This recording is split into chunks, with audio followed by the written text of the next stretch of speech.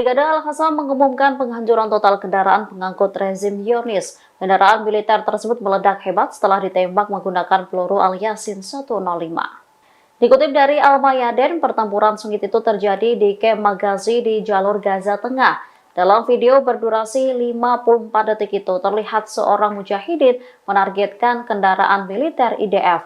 Tak berselang lama, peluru ditembakkan dan tepat mengenai target. Suara ledakan tank tersebut terdengar kencang hingga muncul semburan api.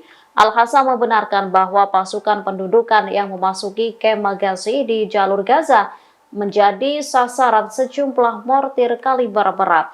Bentrok sengit juga terjadi di pintu masuk timur kota Al-Zawaidah dan pinggiran daerah Nusairat. Sementara itu, Brigade Yerusalem, sayap militer Gerakan Jihad Islam juga melakukan penyerangan. Mereka menegaskan bahwa pemukiman Nahal Oz, Sufa, dan Holaid menjadi sasaran serangan rudal secara bersamaan. Download Tribun X sekarang, menghadirkan lokal menjadi Indonesia.